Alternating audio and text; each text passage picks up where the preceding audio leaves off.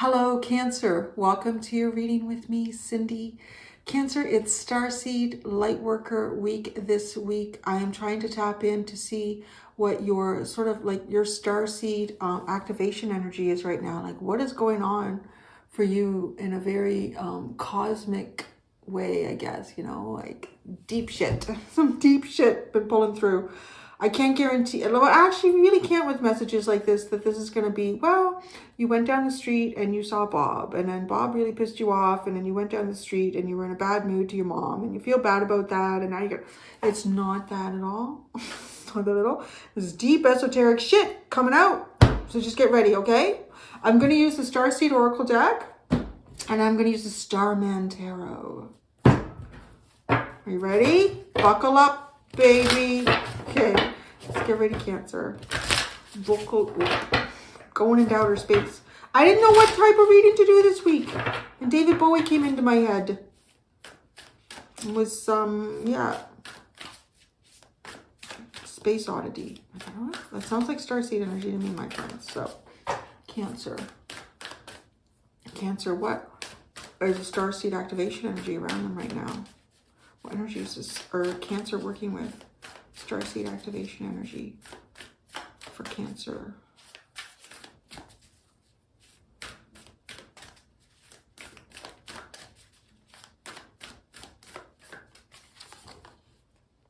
Forge. Don't follow. Pave a new path. Be the leader you wish you had, Cancer.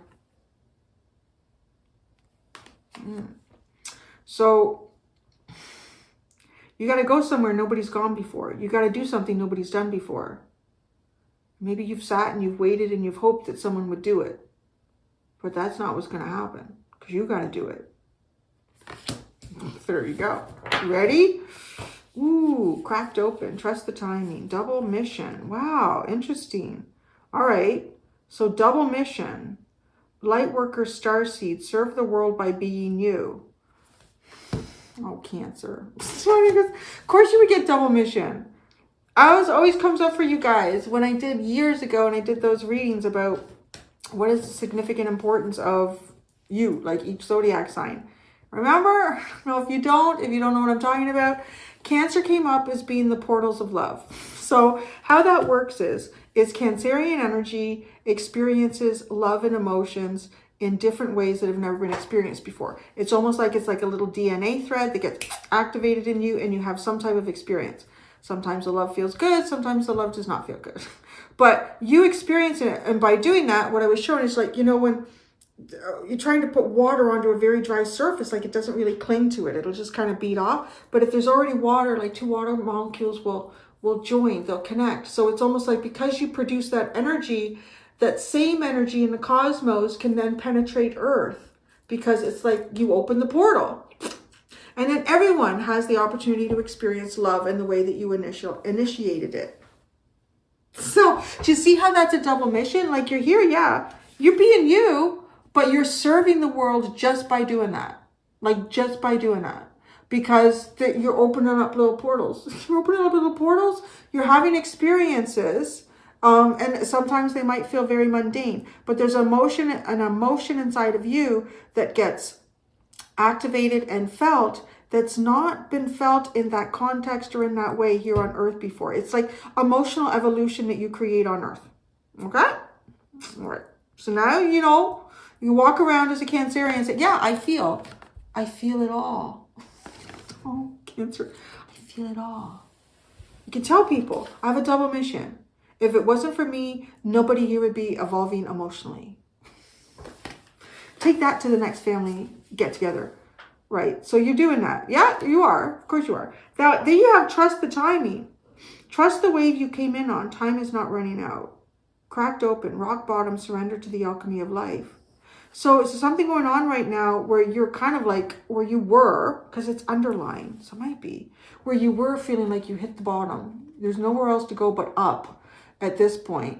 But feeling like you're hitting it at a point where I've kind of run out of time. I've run out of time to pursue this in my life.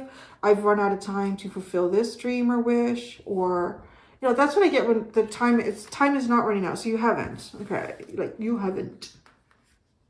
That's interesting. But now you need to, oh, are you going to open up a new portal? Forage, not follow. Because you do forage when it comes to opening up emotional evolution here. See? Let's pull out the tarot.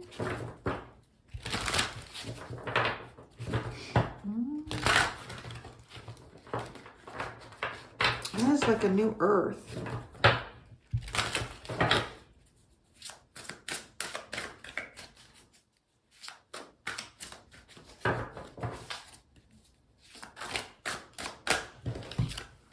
Forge, don't follow. That's interesting. The Prince of Cups and the Queen of Pentacles, but the artwork says everything in these decks, in this deck. It's like the Prince of Cups is trying to get something to come to him, which is almost like it's trying to get someone to follow, right? It's trying to get someone to follow. I'm trying to get someone to follow you. Because it's the foraging part that actually does it. It's not,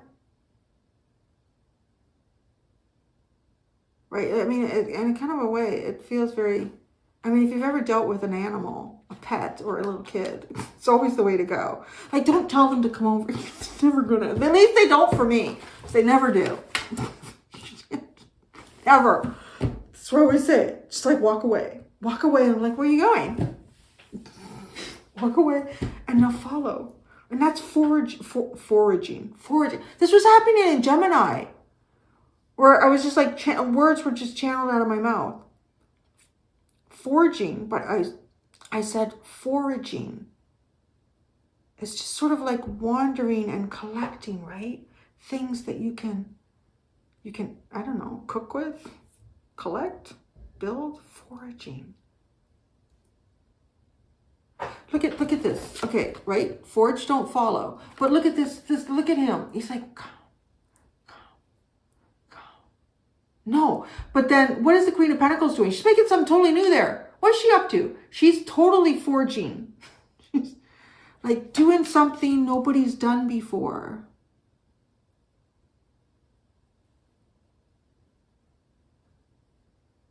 She's like she's pulling the DNA out of that seed through magic.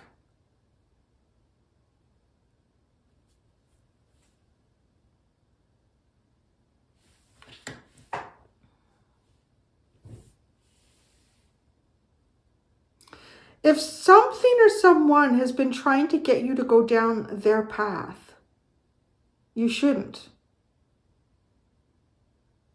If something's been trying to lure you towards, or if you have, well, that's not going to work. Okay, so there's two ways. If somebody's trying to convince you, coerce you, lure you, whatever. Because it feels like he's doing that, this Prince of Cups. Like, but don't follow. No, don't follow. So don't. And if, like, let's say you've been trying to get someone to go in the direction that you want to go in, but they won't. And I don't know. Well, everybody's got to do their own thing. I don't know. I want to say, like if it's a pet at the park or something, you still got to get them to come. So I always I always tell my son, don't chase Lily. Don't, if you need her to come, don't. Dad, now she's having a good time chasing me. Just walk the other way. Call her and walk the other way. Tell her you're leaving. I used to do that to you at the park. Maybe now. No. Yeah, but there's like, it's that energy. But because foraging, that's not like my intent is to go this way so that I hope you follow. That is like, fuck this shit. What can I find over here? What's going on? What is this stuff? This is interesting. It's almost like you find interest in I don't know, your exploration. Find your own interest in your own exploration. And it's like the things that should come along will come along. I don't know. This is going to be an interesting one. Like the other thing that I get too is, to me, this Prince of Cups, what are you trying to bring in here? Like,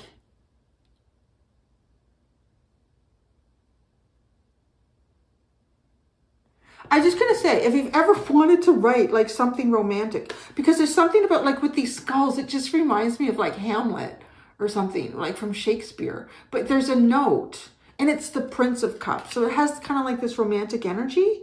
There is something about like, don't look at anything else that's ever been written, because there's something written here, like trying to bring that in. That will inspire me to write what I need to write. Or no, look what this Queen, like this Queen of Pentacles is doing the right thing. I mean, she's taking the raw DNA out of something to make it hers, to make it something new. Difference between foraging and following, right?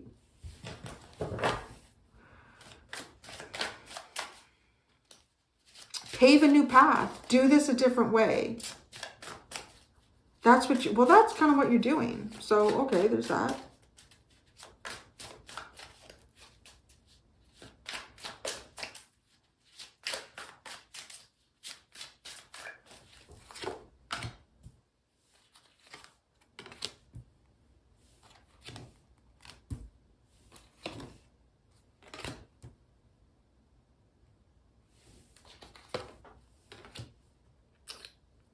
My goodness. Oh my gosh. Oh my gosh. Oh, what is this?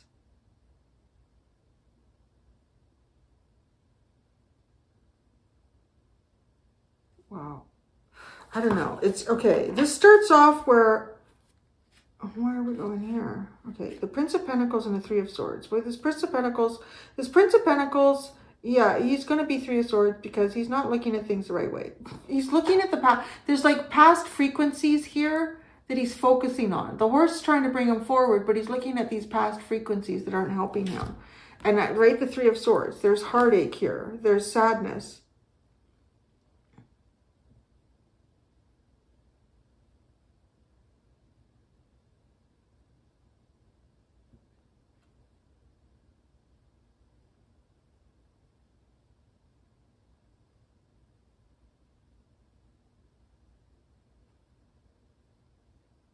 It's almost this Three of Swords. Again, it's funny because this Three of Swords is reminding me of like, right, this Prince of Pentacles. If he would just look in the direction that the horse is heading, that he's on, he would see that there's a different way to approach things and there's a different way to go forward. But he's looking at these past frequencies. And then on this Three of Swords card, there's some interesting stuff going on in this picture. Like there's a hole in the wall and there's something that almost looks like an alien fetus that's enlightened. And then beside that, there's like some kind of a carving of an Egyptian bust with a question mark. Like what does this tell you and where does this go? Right? Like it's almost like a hint to go somewhere or do something or to see something a certain way. Like there's a little trail that's created there. But the Three of Swords, he's taken his can of paint and he's painted his heart here in a very mechanical way. And then that's it. And that's how I am. This is my heart, and that's how it goes.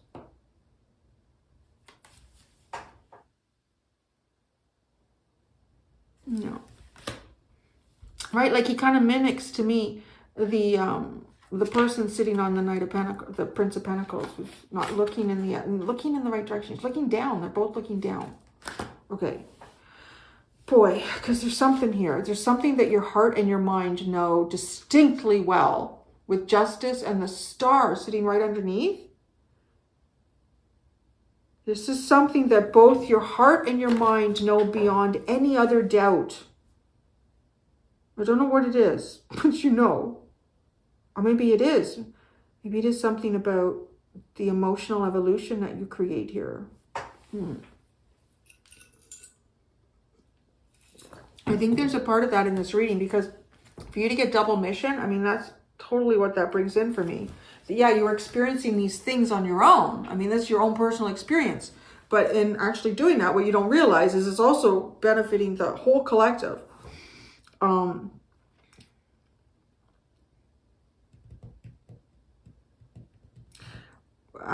This man, this is okay.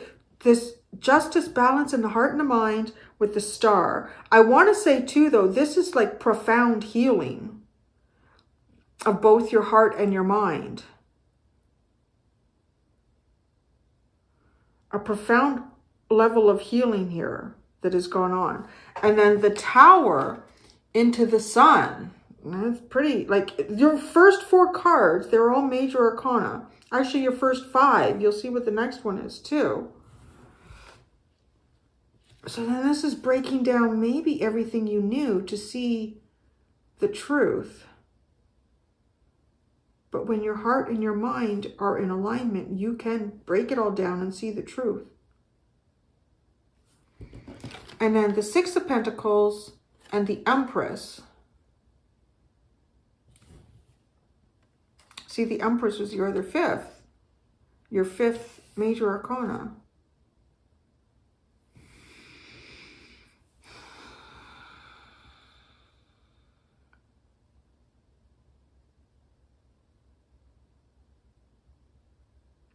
The Empress, okay. She's coming in. She was like the cosmic Empress, the cosmic mother in the Aries reading. And I'm getting that. These 2 fetuses. These 2 little fetuses here. That the cosmic, but you see they're separate. They're in different places. Like the cosmic Empress birthed 2 separate souls. Interesting, because with the 6 of Pentacles, there are 2 separate souls here. But someone's shadow is upside down.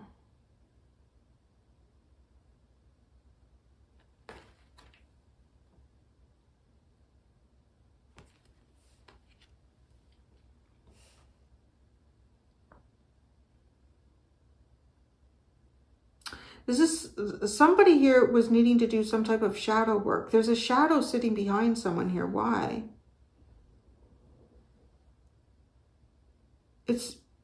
It's mirroring them, but in reverse.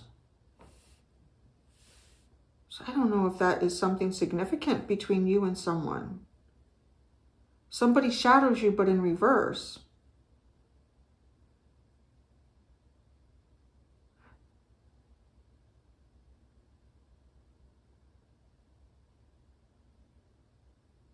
Or a mirror, but it's flipped. It's not even reversed, because a mirror is kind of, well, it's flipped. It is. Maybe it's just to show me mirroring. And you get the King of Wands and the 2 of Wands. Now this is interesting, because the King of Wands has the 2 fetuses that the Empress had here, but they're in a higher developmental stage. Oh, that's interesting. What's going on in this reading? Oh, my brain is starting to get tired with you. Oh my God. The 2 of Wands, right? This person has been elevated to see a different perspective, a different time. It feels like something in the future. Seeing something in the future here. A creation. First designed by the Cosmic Empress. And then nurtured and protected by the King of Wands, which he comes out to me a bit like a seahorse here. Like the male seahorse that keeps all the little babies in his belly in. The 2 of Wands, the future.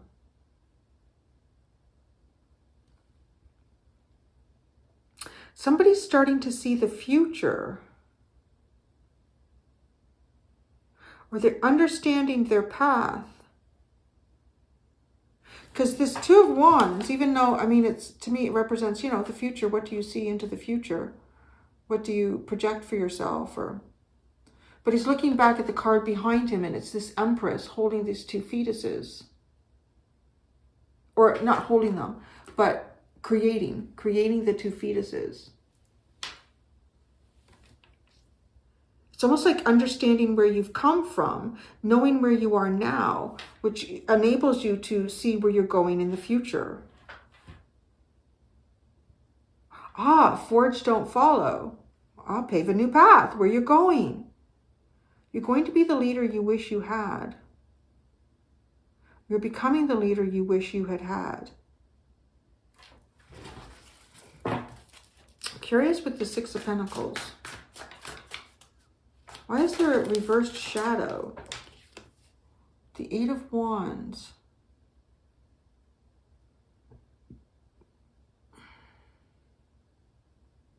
This is like leaving an area where there's no life to be at. Oh, the stumps. Well, this has something to do with flipping the script. Somebody had that. Not in this series of readings. Pisces did. Interesting, because they're also a water sign. But it was their reading earlier in the week, which was like the end of the last batch that I did. Like they haven't had this style yet. Because, all right. No, okay. You see this individual here who doesn't have a shadow behind them? Well, their shadow... Oh, this is interesting. Because the one who's standing on the stumps, their legs are like stumps. It's like, well, you can't really go anywhere. You're grounded in this reality. You're grounded in this place. That's where you stay. And they only have one shadow. But this other individual, they're free to walk anywhere. They can go anywhere. They do cast a normal shadow. But then there's a secondary shadow behind them, kind of themselves, but flipped. And so I'm looking at the stumps. Why do we have this here? The stumps here, this is like a desolate, a dead area. And it's leaving that. It's leaving a dead, desolate area. And I want to say, I guess it's you.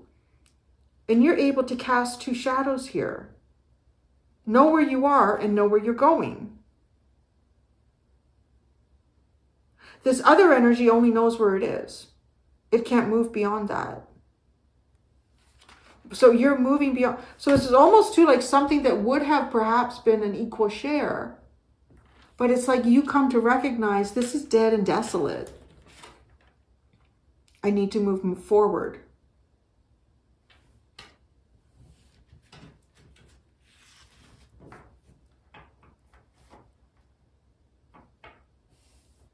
What happens here with Justice and the Star?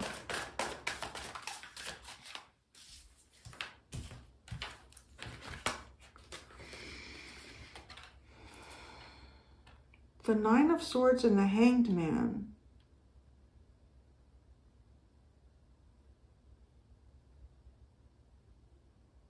Well, there's some sort of balance that comes into someone's mind here. There's like a little voodoo doll down there. I never saw that before. I wonder if any of you have been experiencing any type of, whether you even know it or not, any type of kind of like black magic cast upon you. If you did, like it's gone now. It's not there. But there is a little tiny voodoo doll there.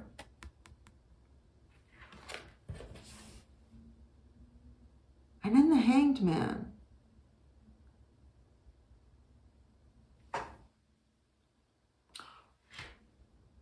Ah, that's what the shadow is behind you. Flipping it upside down, looking at it from a different perspective, and you can see. And it's, so I want to say it's like you can see what you didn't understand. And two, well, you see this and understand it before others around you do. That there's something to do with where you are or what's been done before that is dead and desolate. There's nothing left there. You change your perspective. And that also releases you from anything that has been unhealthily cast upon you. The King of Wands and the Two of Wands. Right, when you flip how you see things.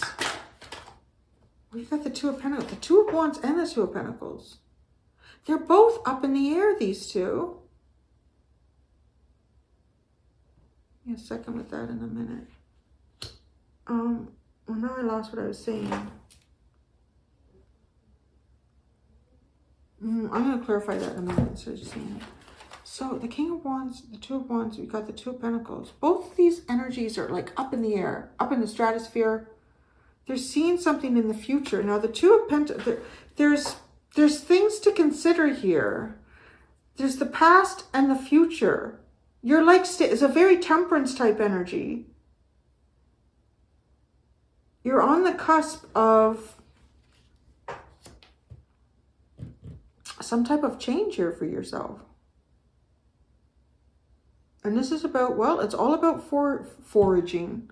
I mean, maybe it is. It's not going, like, I feel like when you forage, you're just keeping an open mind about what's beneficial around you and what you can pick up and take, right? Like, if somebody was foraging, you know, a few thousand years ago in the woods for a certain type of mushroom, if they're also going to see like some berries that are edible, well, they're going to take those too. Like, well, yeah, that's really great. That's a great find. They're going to take the berries and the mushrooms. Like, you're foraging. You're foraging while you forage, and you don't follow. Because if you follow, there's nothing left to forage. Because somebody else would have already taken it. Ah, yeah. All right. What's the Tower and the Sun? It's like a major breakthrough.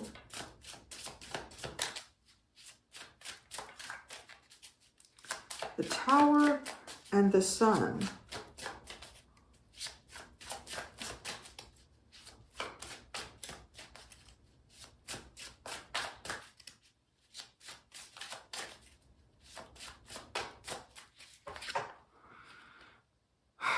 The Five of Wands.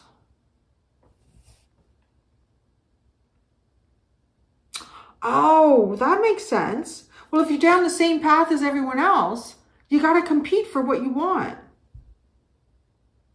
Or what you think you want. Or what you think everyone just wants. Because this is about going down a different path here. Nobody's been down there. Nobody knows what berries or mushrooms or anything. You know, this is an undiscovered patch. I always said that. I didn't mean to say that. This is an undiscovered patch.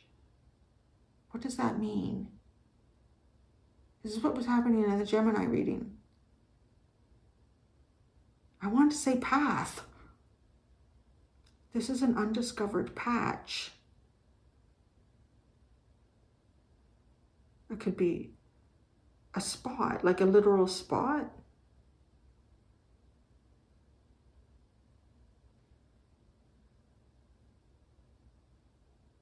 But when something is so bright and shiny, everybody is attracted to it. You're finding your own bright and shiny. Oh, you're going to the moon. The devil and the moon. Like, all right, we'll find that. We'll go down there. Nobody's else going down there. Right? Everybody else is over by the sun. I can't get shit over there. Everybody's over. I'm going to go over here. Nobody else is over there. I'm going to go to the devil and the moon. I'm going to like scare the crap out of myself to the darkness. Wow, I would say, I mean, there's got to be some good rewards for that kind of perseverance. Well, that's your reading. That's your reading there, Cancer. Oh, it's very unique. I'm going to go do the extended. In the extended, I'm going to see what your new Starseed activation energy is. I mean, this is like I'm reading what is right now. So like what your new Starseed activation energy is, I guess, like in the future. And that's what I got. That's what I have for you, Cancer. Thank you so much. Till next time, be gentle with yourselves. Bye.